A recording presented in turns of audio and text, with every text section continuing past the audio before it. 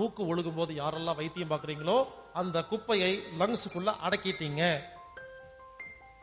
அப்புறம் இப்படி மூக்கு ஒழுகும் போது யாராவது மருந்து சாப்பிடுறது, சிரப் சாப்பிடுறதுன்னு சாப்பிட்டு இருந்தீங்கன்னா அடங்கிருமா? ஒரு 4 நாளைக்கு அடங்கி கிடக்குமா? இந்த 4 நாள்ல இன்னும் 40 தூசு உள்ள போகுமா? இப்போ 4000 தூசு ஆயிடுச்சு. லங்ஸ் என்ன பண்ணும்? பிட்யூட்டரி சுரப்பிட்ட போயிட்டு, ஏன்பா டாக்டர் இங்க பாருப்பா, முதல்ல 40 இருந்துச்சு, அப்புறம் 400 ஆச்சு, இப்ப 4000 ஆச்சுன்னு கம்ப்ளைண்ட் பண்ணுமா இல்லையா? இவர் என்ன பண்ணுவாரு? ஓகே, தும்மலும் வேண்டாம், மூக்குழுகிறது வேண்டாம், அதை விட சீனியர் ஒருத்தர் அனுப்பாரு. அவர் யாரு தெரியுமா? சளி. அதுக்கு இங்கிலீஷ்ல மியூக்கஸ்னு பேருங்க.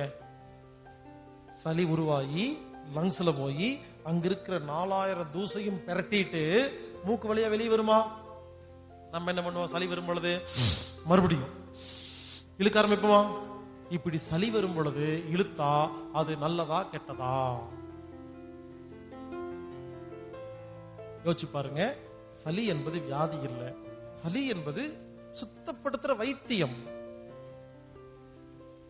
இப்படி சளி வரும் பொழுது அதுக்கு மருந்து, மாத்திரை, லேகியம், சிரப் இதெல்லாம் சாப்பிட்டா என்ன ஆகும்? சளி கட்டிக்குமா? அப்புறம் என்ன ஆகும்? ஒரு 40 நாள் 50 நாளுக்கு அப்புறமா சளி நிறைய ஆயிருமா? அதுக்கு பேரு நெஞ்சு சளி. இப்படி நெஞ்சு சளி அதிகமான என்ன ஆகும் தெரியுமா? அதுக்கப்புறம் இருமல் வரும். இருமல் வருதா? இருமல் என்ன? எல்லாரும் யோசிங்க. இருமல் என்பது வியாதி இல்லைங்க. இருமல்னா என்னன்னா, நுரையீரல் நிறைய சளி இருக்குது, இது வெளியே தூக்கி வீசறதுக்கு முடியலையேன்னு கதறுதுன்னு அர்த்தம்.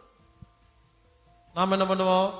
இருமல் வந்தா போதும், அதுக்கு நிறைய வச்சிருப்போம் வைத்தியம், ஏதாவது மருந்து, லேகியம் ஏதாவது வச்சிருப்போமா? எல்லா வீட்லயும் சிறப்பு இருக்குமா? எடுத்து குடிச்சிருவோமா? அது என்ன பண்ணும்? நேரம் அந்த இருமல் சுரப்பி இருக்கு இல்லையா, இருமல் சுரப்பியை போய் ஆஃப் பண்ணிரும். எல்லாரும் நல்லா கவனிங்க. இருமலுக்கு யாராவது மருந்து சாப்பிட்டா அது நெஞ்சு சளி எல்லாம் கரைக்கிறது இல்ல, நோயெல்லாம் குணப்படுத்துறது இல்ல, இருமல் சுரப்பியை தான் ஆஃப் பண்ணதே தவிர அதனால் எந்த பிரயோஜனமும் கிடையாது. இப்ப இருமல் சுரப்பி ஆஃப் பண்ணியாச்சு, இப்போ இருமலே வரல. இது நல்லதா கெட்டதா? கெட்டது. ஏன்னா சளி தங்கிருச்சு. இப்படி இருமல் வரும் பொழுது யாரெல்லாம் மருந்து மாத்திரை சாப்பிடுறீங்களோ நல்லா கவனிங்க. தும்மல் வந்தா மருந்து சாப்பிடுறது, மூக்கு ஒழுகுனா மருந்து சாப்பிடுறது, சளி வந்தா மருந்து சாப்பிடுறது, இருமல் வந்தா மருந்து சாப்பிடுறதுன்னு யாரெல்லாம் பண்ணிட்டே இருக்கிறீங்களோ நெஞ்சு சளி அதிகமாயிட்டே வருமா? அப்புறம் என்ன ஆகும்? வீசிங் வரும். மூச்சு விடுறது ரொம்ப கஷ்டமா இருக்கும். அப்ப அதுக்கு ஒரு பேர் வச்சுக்குவோம், வீசிங் ஒரு பேர்.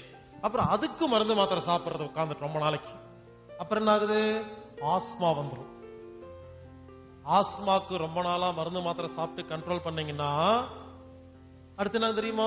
அதை விட பெரிய நோய் நிமோனியா வரும்.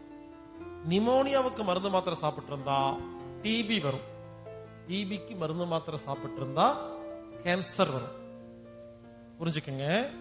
அப்போ கேன்சரை உருவாக்குனது யாரு? நாம தான். எப்படி?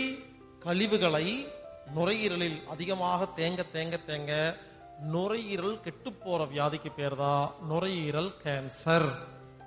இப்ப சொல்லுங்க, அப்போ என்ன நடந்துச்சு? நுரையீரலில் குப்பை அதிகமாகும் பொழுது வெளியே விட்டிருந்தா வேலை முடிஞ்சிருக்குமா? நாம வைத்தியம் அப்படிங்கிற பேர்ல உள்ள வைக்கிறதுனால எல்லா வியாதி வருதா? நல்லா புரிஞ்சுக்குங்க. இப்ப நான் சொன்னது எல்லாமே சிகிச்சை.